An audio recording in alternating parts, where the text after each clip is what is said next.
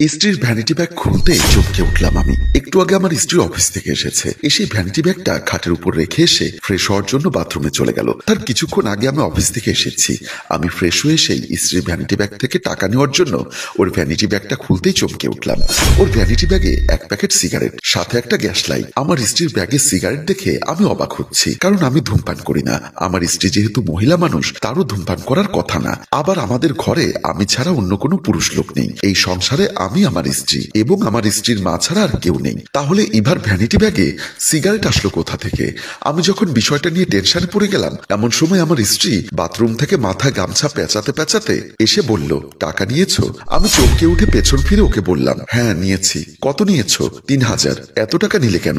শাশুড়ি মা বলল, চাউল শেষ, সাথে মাছ গোস্ত সবজি বাজারও আনতে হবে। তোমার কাছে কি কোনো টাকা পয়সা নেই? মাসের শেষের দিকে আমার কাছে টাকা থাকবে কোথা থেকে? আর তুমি ভালো করেই জানো, আমার কাছে টাকা থাকলে আমি তোমার টাকায় হাত দেই না। আচ্ছা তাড়াতাড়ি বাজারে গিয়ে সদাই করে নিয়ে এসো। বলেই আমার স্ত্রী কাপড় শুকাতে দিতে বেলকনির দিকে চলে গেল। কিন্তু আমি ঠায় দাঁড়িয়ে রইলাম। আমার মাথায় কাজ করছে না, আমার স্ত্রীর ভ্যানিটি ব্যাগে সিগারেট কেন? তাহলে কি ও ধূমপানে আসক্ত হচ্ছে? আমার হঠাৎ মনে পড়ে গেল আমার কলিগ প্রিয়ার কথা। কয়েকদিন আগে আমি অফিসে বসে কাজ করছিলাম। এমন সময় আমার কলিগ প্রিয়া এসে বলল, কি ব্যাপার মুন্না সাহেব, সারাক্ষণ কি অফিসের কাজ করবেন? লাঞ্চ করবেন না? আমি ল্যাপটপে কাজ করছিলাম, হাত ঘড়ির দিকে তাকিয়ে দেখি 2:15 বাজছে, কিন্তু একটি জরুরি ফাইল রেডি করা বাকি আছে। আমি আবার হাতের কাজ বাকি রেখে অন্য কিছু করতে পারি না, তাই তার দিকে তাকিয়ে বললাম, আমার আরো কিছুক্ষণ সময় লাগবে। প্রিয়া তখন বলল, লাঞ্চ সেরে এসে কাজ করুন। না ভাই, আমি হাতের কাজ ফেলে রেখে খেতে পারবো না, তার চেয়ে আপনি গিয়ে খেয়ে ফেলুন, আমি না হয় পরে খাবো। প্রিয়া তখন হাসতে হাসতে বলল, আপনি ভাই একটা আজীব মানুষ, সারাক্ষণ কাজ আর কাজ, জীবনে বিনোদনেরও তো দরকার আছে। আমি এবার ল্যাপটপটা সামনের দিকে ঠেলে রেখে তার উদ্দেশ্যে বললাম, বিনোদনের দরকার আছে, তবে সময়ের কাজ সময়ে করা উচিত। আপনি ক্যান্টিনে যান, আমি একটু পরে আসছি। ভেবেছিলাম আজ আমার বাসা থেকে আনা খাবার অতটা সুবিধা না, তাই আপনার থেকে কিছুটা খাবার ভাগ নিব। প্রিয়ার কথা শুনে আমার টেবিলের পাশে রাখা টিফিন ক্যারিয়ারটা নিয়ে তার সামনে দিয়ে বললাম, নিন, এখানে গোস্ত আছে, আপনার যতটুকু নেওয়ার দরকার ততটুকু নিতে পারবেন, আমার জন্য 2 টুকরো গোস্ত রাখলেই হবে। প্রিয়ার টিফিন ক্যারিয়ারটা আমার দিকে ঠেলে দিয়ে বলল, আপনি ছাড়া আপনার খাবারে হাত দেওয়াটা উচিত হবে না, তার চেয়ে বরং আমি ক্যান্টিনে গিয়ে বসি, আপনি কাজ সেরে তাড়াতাড়ি আসুন, তারপর একসাথে খাবো। আরে সমস্যা নেই, আপনি নিয়ে যান, আমি আসছি। আমার জোরাজুরিতে প্রিয়ার টিফিন ক্যারিয়ারটা নিয়ে ক্যান্টিনের দিকে চলে গেল। আমি ল্যাপটপ নিয়ে হাতের বাকি কাজে মনোনিবেশ করলাম। কাজ শেষ করে ক্যান্টিনে এসে দেখি প্রিয়া খাওয়া দাওয়া শেষ করে সিগারেট ফুঁকছে। দেখে আমি অবাক হলাম। আমাদের সমাজে মেয়ে লোকের হাতে সিগারেট বড়ই বেমানান। এটা পশ্চিমা সংস্কৃতির দেশ নয়, এটা বাংলাদেশ। এই দেশে আভিজাত্য ফ্যামিলির লোকেরা যদিও বা ধূমপানে অভ্যস্ত, তথাপি আমাদের মতো নিম্ন মধ্যবিত্ত ফ্যামিলির মেয়েদের হাতে সিগারেট দেখলে তাকে সবাই খারাপ দৃষ্টিতে দেখে। প্রিয়া আপন মনে সিগারেট ফুঁকছে। এটা যে একটা অফিসের ক্যান্টিন, সেদিকেও তার ভ্রুক্ষেপ নেই। আমি তাকে সংযত করার জন্য হালকা করে কাশি দিলাম। আমাকে দেখে সে বিন্দুমাত্র বিচলিত হলো না, স্বাভাবিক ভঙ্গিতেই বলল, আপনার স্ত্রীর হাতের রান্না তো চমৎকার, মনে হচ্ছে বিগত 10 বছরে এমন রান্না আমি খাইনি। আমি শান্ত গলায় বললাম, ওটা আমার স্ত্রীর রান্না করা নয়। তাহলে কি আপনি রান্না করেছেন? না, আমার শাশুড়ি মা রান্না করেছেন। আপনার ভাবিও চাকরিজীবী, আমার বাবা মা গ্রামে থাকে। পক্ষান্তরে আমার শাশুড়ির 3 কুলে আমার স্ত্রী ছাড়া কেউ নেই, তাই ওনাকে আমাদের সাথে রাখি। চমৎকার রান্না করেছেন, এবার কোরবানিতে আপনাদের বাড়িতে গিয়ে উঠবো। বসুন, আমি আপনাকে ভাত বেড়ে দিচ্ছি। না, তার আর দরকার হবে না। আমার কলিগ প্রিয়া খুব বিচক্ষণ প্রকৃতির মহিলা। আমি ভাব ভঙ্গিমায় যে তাকে অ্যাভয়েড করছি সেটা সে বুঝতে পেরেছে, তাই সে প্রশ্ন করলো, মনে হচ্ছে আমার সিগারেটের কারণে আপনার প্রবলেম হচ্ছে। আচ্ছা সমস্যা নেই, আপনি খেতে বসুন, আমি চলে যাচ্ছি। আচ্ছা একটা প্রশ্ন করব? অবভিয়াসলি। আচ্ছা আপনি ধূমপান করেন কবে থেকে? আমার এমন প্রশ্নে সে বিন্দুমাত্র দ্বিধাদ্বন্দ্বিত না হয়ে বলল, যেদিন থেকে নষ্ট হয়েছি সেদিন থেকে। মানে? আপনি তো জানেন আমি সিঙ্গেল মাদার। হ্যাঁ, মোর্শেদের সাথে ডিভোর্স হওয়ার পর একমাত্র মেয়েকে নিয়ে বাসায় একা থাকতাম। সারা দিন অফিস আর বাসা করতে করতে বোরিং হয়ে যেতাম, তাই একটু ফ্রেশনেসের জন্য হাই সোসাইটির বন্ধুদের সাথে মিশতে লাগলাম। তাদের সাথে মিশতে মিশতে ওদের থেকে একটান দুটান করে দিতে দিতে সিগারেটও অভ্যস্ত হয়ে পড়ি। সিগারেট তো স্বাস্থ্যের জন্য ক্ষতিকর জানি, কিন্তু এখন নেশা হয়ে গেছে, খেতে না পারলে কেমন জানি লাগে। এই যা, আপনার সাথে কথা বলতে বলতে সিগারেটটা শেষ হয়ে গেল। বলেই প্রিয়া আর একটা সিগারেট ধরাতে যাবে, তখন আমি তাকে থামিয়ে দিয়ে বললাম, প্লিজ, এখানে আমি লাঞ্চ করব, আর সিগারেটের গন্ধ মোটেও সহ্য করতে পারি না। ওকে, আপনি তাহলে লাঞ্চ করুন, আমি বাথরুমে ঢুকে একটা টেনে আসি। বলেই প্রিয়া আমার সামনে থেকে চলে গেল। আমি ভাত খেতে বসতে বসতে চিন্তা করলাম, এতদিন ধরে অনেকের কাছে শুনেছি ওর নাকি চারিত্রিক অধঃপতন হয়েছে, তাহলে কি আমার স্ত্রীও চাকরির নাম করে ওর হাই সোসাইটির ফ্রেন্ডের সাথে মেশা শুরু করলো? নানা প্রশ্ন আমার মাথায় ঘুরপাক খাচ্ছে। দিনে দিনে আমার স্ত্রীরও কি অধঃপতন হতে লাগলো? আমি যখন দাঁড়িয়ে দাঁড়িয়ে দাঁড়িয়ে কথাগুলো ভাবছিলাম, এমন সময় আমার শাশুড়ি এসে বলল, বাবা তুমি এখনো বাজারে যাওনি? হঠাৎ করে ওনার আশাতে আমি চমকে উঠে বললাম, না মা, এক্ষুনি যাচ্ছি। তোমার কি শরীর খারাপ? এমন দেখাচ্ছে কেন?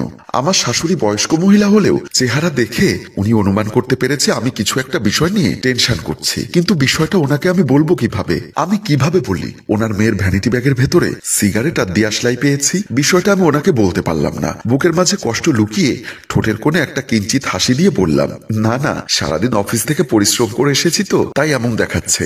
শরীর খারাপ করলে বাজারে যাওয়ার দরকার নেই, বরং আমাকে কিছু টাকা দাও, আমি মোড়ের দোকান থেকে কয়েকটা ডিম আর আলু নিয়ে আসি। না মা, আমি বাজারে যাচ্ছি বলেই আমি বাসা থেকে বের হয়ে গেলাম। আমি যখন বাজারে ব্যাগ নিয়ে রাস্তা দিয়ে আসছিলাম ততক্ষণে সন্ধ্যা গড়িয়ে রাত হয়ে গেল। সত্য কথা বলতে স্ত্রীর ভ্যানিটি ব্যাগের সিগারেটের প্যাকেটটা আমাকে অনেক বেশি টেনশনে ফেলে দিল। বাজারে গিয়েও অনেকক্ষণ চায়ের দোকানে বসেছিলাম, কোথাও নিজেকে স্থির করতে পারছিলাম না। দুহাতে দুটো বাজারে ব্যাগ নিয়ে যখন রাস্তা দিয়ে আসছিলাম এমন সময় সামনে পড়লো আমার বাল্যবন্ধু রাজু। রাজু আমার মুখোমুখি হতেই বলল, কিরে দোস্ত, বাজারে গিয়েছিলি মনে হয়? হ্যাঁ, অনেক বাজার করেছিস দেখছি। তো কি কি কিনলি? ৩,০০০ টাকা নিয়ে বাজারে গেছিলাম। আজকাল বাজারের জিনিসপত্রের দাম এত বেড়েছে যে ভেবেছিলাম এ টাকার মধ্যে একটা চাউলের বস্তা নিব। মাছ আর 2 কেজি গরুর গোস্ত কিনতেই ২,০০০ টাকা শেষ। কিছু শাকসবজি নিলাম আর 2-4-5 কেজি চাউল নিয়ে বাসায় ফিরতে হলো। বাবা, তোরা তো মাসে 2-1 বার গরুর গোস্ত হলেও খেতে পারিস, কিন্তু আমাদের মতো লোকেরা ঈদে কোরবানিতে ছাড়া গরুর গোস্ত কল্পনাও করতে পারি না। আমি অবাক হয়ে প্রশ্ন করলাম, কেন? তোর এবং তোর স্ত্রীর ইনকাম তো ভালো, দুজনেই ভালো চাকরি করিস, তাহলে তোদের এত অভাব থাকার কারণ কি? আমার মুখে এমন কথা শুনে রাজু বলল, চাকরি তো শুধু আমি একা করি, আমার স্ত্রী তো চাকরি করে না। তোর ভাবিকে তো এখন আর চাকরি করতে দেই না। কেন? আর বলিস না, মেয়ে লোক ঘরের বাইরে যাওয়া অনিরাপদ।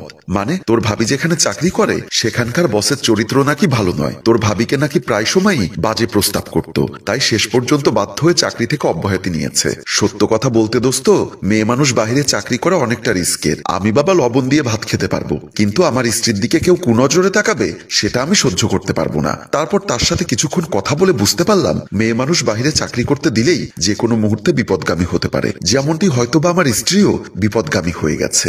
শেষ পর্যন্ত দুজনে নানা কথা বলে তার থেকে বিদায় নিয়ে বাড়ির উদ্দেশ্যে রওনা দিলাম। দরজা খুলে রুমে ঢুকতে দেখলাম আমার শাশুড়ি আর স্ত্রী আমার অপেক্ষায় টেনশনে পায়চারি করছে।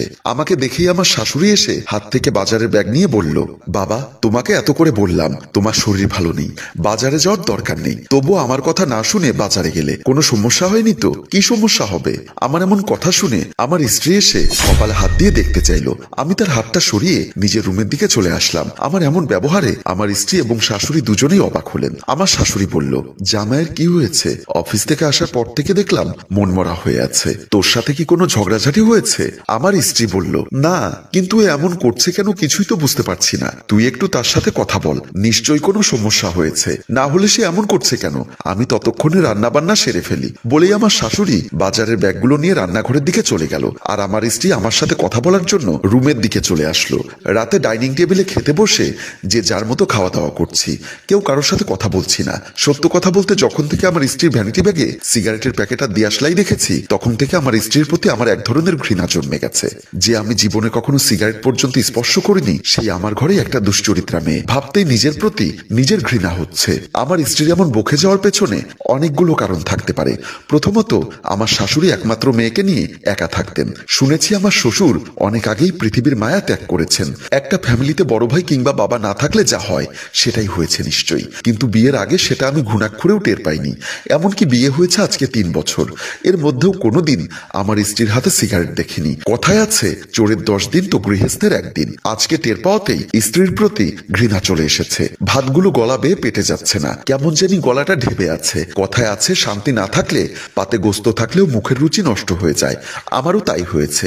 আমি আর ভাত না খেয়ে পাতে হাত ধুয়ে উঠে চলে আসলাম। এভাবে চলে আসাতেই আমার স্ত্রী এবং শাশুড়ি দুজনেই অবাক হলো। রাতে স্ত্রীর পাশে শুয়ে আছি। খাওয়া দাওয়া করে সে যখন আমার পাশে এসে শুতে এসেছিল তখন অনেক চেষ্টা করেছিল আমার থেকে কথা বের করতে, কিন্তু কিছুতেই আমার পেট থেকে কথা বের করতে পারলো না। ওর সাথে কথা বলতেও এখন আমার ঘৃণা লাগে, তাই নানা অজুহাতে ওর সাথে কথা না বলে শুয়েছিলাম। ঘাড় ঘুরিয়ে দেখলাম সে অবলীলায় ঘুমোচ্ছে, কিন্তু আমার কিছুতেই ঘুম আসছে না। সারাক্ষণ মাথায় ঘুরপাক খাচ্ছে আমার স্ত্রীর ভ্যানিটি ব্যাগে পাওয়া সেই সিগারেটের কথা। কাল সকালে অফিস আছে, তাই হাজার চেষ্টা করে ঘুমোতে পারছি না। এদিক ওদিক করতে করতে কখন যে ঘুম চলে এসেছে নিজেই টের পাইনি। হঠাৎ মাঝরাতে আমার ঘুম ভেঙে গেল। পাশ ফিরে দেখলাম আমার স্ত্রী নেই। আমি চমকে উঠলাম, এত রাতে ইভা গেল কোথায়? ঘড়ির দিকে তাকিয়ে দেখি রাত 3:30।